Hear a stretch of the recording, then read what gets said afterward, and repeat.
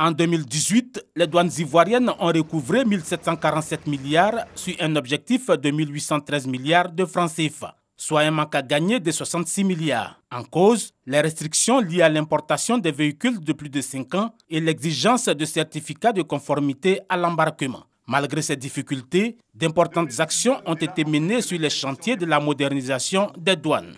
Il s'agit notamment de la poursuite des mesures inscrites dans le cadre du processus de simplification des procédures, de facilitation des échanges et de lutte contre la fraude.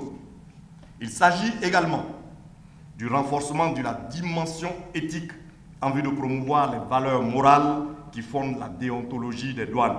Sur cette question d'éthique, le gouvernement a créé un conseil de discipline sectorielle.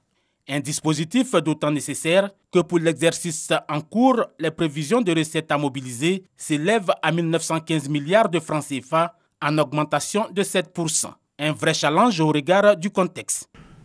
En effet, 2019 verra en plus de l'interdiction d'importation des véhicules de plus de 5 ans, l'application de certains engagements étatiques tels que les accords de partenariat économique APE avec l'Union européenne, l'application des mesures relatives à l'exigence de l'attestation de conformité avant embarquement et l'écotaxe. Des leviers existent pour surmonter ces défis.